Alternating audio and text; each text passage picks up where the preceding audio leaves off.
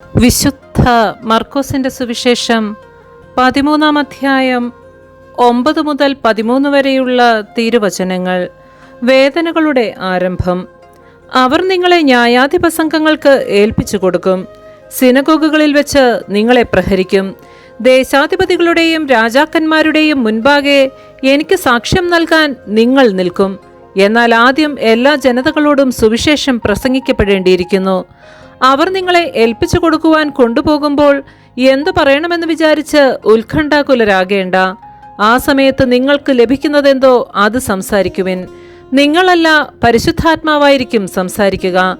സഹോദരൻ സഹോദരനെയും പിതാവ് പുത്രനെയും മരണത്തിന് ഏൽപ്പിച്ചു കൊടുക്കും. മക്കൾ മാതാപിതാക്കന്മാരെ എതിർക്കുകയും അവരെ വധിക്കുകയും ചെയ്യും.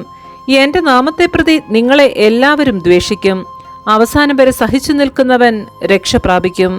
നമ്മുടെ കർത്താവായ മിശിഹായ്ക്ക് സ്തുതി.